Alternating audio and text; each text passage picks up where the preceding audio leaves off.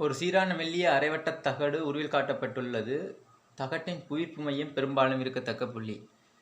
புவியீர்ப்பு மையம் என்றது ஒரு சீரான பொருளுக்கு அச்சு வழியே இருக்கும், சமச்சீர் அச்சு வழியே இருக்கும். இப்போ ஒரு தகடண்டா, ஒரு சீரான பொருள்ண்டா சமச்சீர் அச்சு வழியே இருக்கும். சரியா? இதெல்லாம் புவியீர்ப்பு புள்ளி இருக்கும், சமச்சீர் அச்சு வழியே இருக்கும்.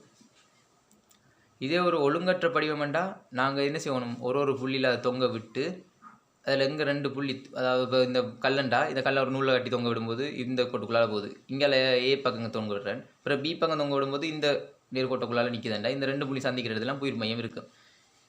இப்போ எங்களுக்கு தந்திருக்கிறது ஒரு ஒழுங்கான ஒரு அரை வட்டமாக தந்திருக்காங்க. அப்போ எங்களுக்கு சமச்சீர் புள்ளியை நாங்கள் இதுக்குள்ளே கண்டுபிடிச்ச பண்ணாலே போதும்.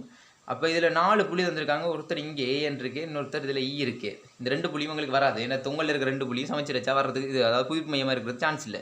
ஏன்னா அரை வட்டம், இப்போ முழு வட்டம் என்று பார்த்தோம்னா இங்கே இருக்குன்னு கேட்டால் மையத்தில் இருக்கும். இந்த முழு வட்டத்தை நான் அரைவாசி ஆக்கிட்டேன். அப்போ இந்த இடத்துலையும் இந்த இடத்துலையும் இருக்கிறதுக்கான சான்ஸ் மிக குறைவு.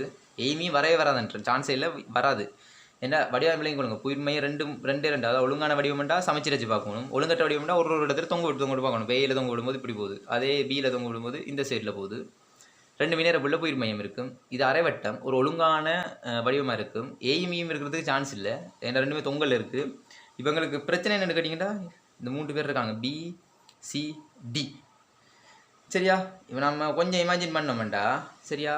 இது நான் அவ்வளோ கணிதமெல்லாம் போடலை, இமேஜினே பண்ணல. நான் நோம்பலாக சிம்பிளாக யோசிப்போமே. இப்போ இந்த அரைவட்டத்தை நான் ஒரு பேனால் கூர்முனையில் இப்படி குத்தி நிப்பாட்ட போகிறேன்னு வைங்க. இப்போ எதுக்கிட்ட வச்சா நோம்பலாக இந்த கூர்முனையில் வைக்கும்போது இந்த தட்டு நிற்கும் நினைக்கிறீங்க? ஏல வச்சா நிற்குமா? எப்படியும் பார்த்துக்க அங்கே அளவில் பார்க்கும். ஈல வச்சாலும் இங்கே அளவில் பார்க்கும்.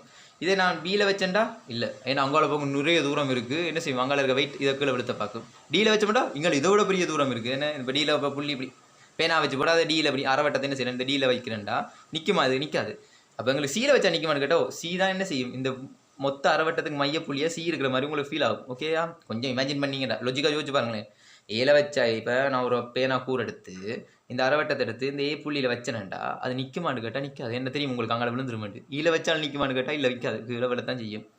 பியில் வச்சாலும் அங்கால இருக்க எவ்வளோ வெயிட்டுமே என்ன செய்யும், இவ்வளோ வெயிட்டும் இவ்வளோத்தையும் கன்வெர்ட் பண்ணாது. அப்போ என்ன செய்யும், கீழே விழும். இதே டியில் வச்ச என்ன செய்யும், இவ்வளோ இதோ இந்த சின்ன இடத்த விட இங்கால பெரிய வெயிட் இருக்குது. அப்போ என்ன செய்யும், இது இங்கால பக்கம் பார்க்கும். ஆனால் சீலை வச்சோம்டா இதர வெயிட்டும் என்ன செய்யும்னு கேட்டிங்கன்னா சமப்படுத்தி என்ன செய்யும், புவியீர்ப்பு மையம் இந்த சீல இருக்க மாதிரி இருக்கும். அப்போ இதுக்கு என்ன விடன்னு கேட்டிங்கன்னா சி தான். சும்மா லொஜிக்காக வச்சாலே போதும், பெரிய மேக்ஸ் தியரம்லாம் போடலை, அது சும்மா லொஜிக்காகவே சொல்லிட்டேன், சி தானுக்கு விட.